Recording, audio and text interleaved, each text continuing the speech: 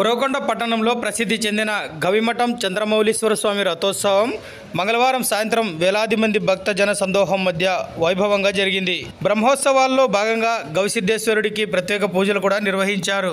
ఉత్సవ విగ్రహాలను రథంపై ప్రతిష్ఠించి రథం లాగారు. ఆంధ్ర, కర్ణాటక, తెలంగాణ రాష్ట్రాల నుండి కూడా వేలాది మంది భక్తులు ఈ రథోత్సవం తిలకించేందుకు తరలివచ్చారు. ఉరవకొండ ఎమ్మెల్యే పయ్యావుల కేశవ్, మాజీ ఎమ్మెల్యే విశ్వేశ్వరరెడ్డి ఈ రథోత్సవంలో పాల్గొన్నారు. పోలీసులు గట్టి బందోబస్తు చర్యలను చేపట్టారు. రథోత్సవం సందర్భంగా ఏర్పాటు చేసిన వివిధ సాంస్కృతిక కార్యక్రమాలు భక్తులను ఎంతగానో అలరించాయి.